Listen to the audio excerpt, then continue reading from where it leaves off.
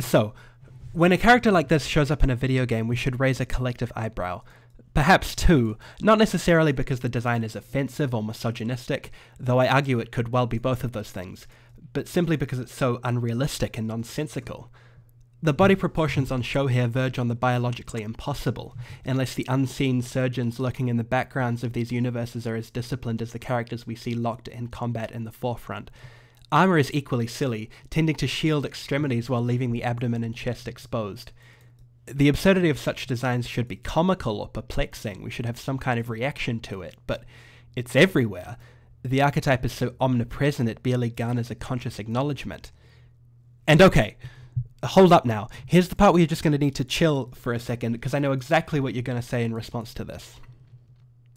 But wait, you'll cry. Consider Marcus Phoenix. He's so muscular he looks like an anvil. Johnny Cage is always shirtless and rippling and is just as objectified as any female Mortal Kombat fighter. There's this pervasive idea that exists that because unrealistic or limiting depictions of men are commonplace in this medium, that unrealistic depictions of women aren't a problem. Whenever a critic or developer articulates these gender issues publicly, it is often assumed by gamers that this person is blind to any problems with male gender tropes. These gamers, for the most part, have noble intentions. Why call yourself a feminist, is one common sentiment. Wouldn't it be better just to strive for gender equality? The trouble with this position, as I hope I can explain in this video, is that in the quest for any kind of equality, the weaker group always needs more of a boost to level the seesaw. And this is the really important part, so listen closely. As it stands, right now, in February of 2014, the scope of female character designs is narrow, and this isn't merely the fault of overtly sexual depictions. Visualize the most progressive or three-dimensional female leads in gaming. Characters like Alex Vance from Half-Life 2, Elizabeth from Bioshock Infinite, Ellie from The Last of Us, Jade from Beyond Good and Evil, every playable female character in the Mass Effect trilogy. All are slim but shapely. All are tall, but not too tall. All are extremely attractive. They range in age from physically developed teenagers to women who look about 26. Think even of Samus Aran, the ultimate trump card of anyone arguing that sexism is not a problem in gaming. Without exception, these women are supermodels. Keep in mind that this does not take anything away from these individual characters. They remain well-crafted, complex, and strong with intricate thoughts, feelings, and goals of their own. Many are terrific role models. The trouble is that gaming lacks women that fall outside the visual archetype that these characters represent. In recent memory, only one notable example runs counter to this visual trend. Clementine of the Walking Dead adventure game gets away with it because she's 8. Imagine, if you will, an alternate reality in which video games never existed, and game characters were instead penned for Hollywood films. Jennifer Lawrence could nail any female lead role with some L'Oreal hair dye and a few tones of foundation in this hypothetical universe. Streep and Mirren would be relegated to a rare supporting role. Forget Gabrielle Sidibe. James Gandolfini's career would certainly have taken a hit, but hey, he'd make a perfect Mario. While most men in games are young, muscular, and handsome, an enormous number of prominent male characters are not, and that is the difference. Last year, Grand Theft Auto V became the fastest-selling entertainment product in history.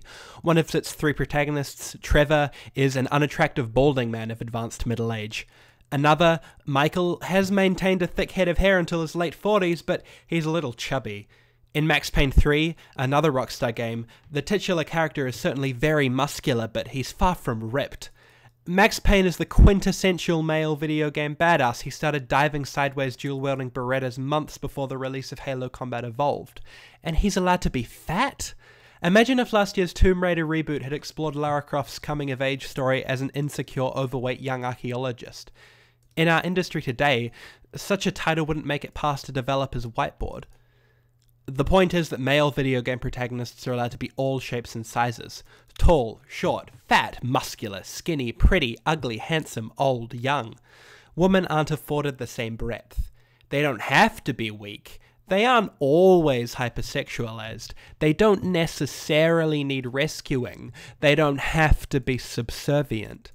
What they unquestionably do have to be is young and extremely pretty, or at least look as if they are. It cannot be denied that, despite the popular attitude, male character designs are just in a far better place than female ones. Take League of Legends, the most popular game in the world, and its roster of 117 champions.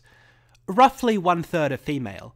The male human, or almost human, champions include Gragas, a morbidly obese alcoholic, Swain, a cripple who walks with a cane, and Zillion, with the white hair, beard, and frail body typical of an elderly wizard. Other interestingly designed male champions are Sion and Yorick. Both are essentially zombies. Another, Urgot, is sort of a cyborg, pot-bellied Frankenstein's monster. Of the female characters, remember, we are ignoring non-humans here for obvious reasons. Only Annie, again, a prepubescent child, would be turned away by Victoria's Secret. League of Legends pits insanely buff male characters like Garen and Tryndamere against slim and agile male champions like Master Yi and Lucian. Conspicuously lacking are the corresponding muscular, or even well-built, female champions. Even lady brawlers like Leona, who have an extremely slight figure, despite being decked out in a magnificent plate armor, a tower shield, and a bastard sword. As a whole, the industry is broadcasting an implicit message about women that it does not broadcast about men. If you aren't young and beautiful, you are not valued. Even if you believe that media consumption hasn't the faintest bearing on popular attitudes, interpersonal relationships, and mental health, then this is still a problem. An artistic medium in which every character looks the same is just not as exciting and vibrant as one that has diversity.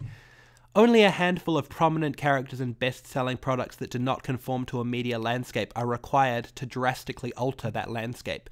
We have male outliers in incredibly prominent games, but exceedingly few female equivalents. If I can just represent this visually, at worst, this lack of diverse female character designs is an important contributor to misogyny and eating disorders. At best, it just makes things a little bit more boring than they would otherwise be.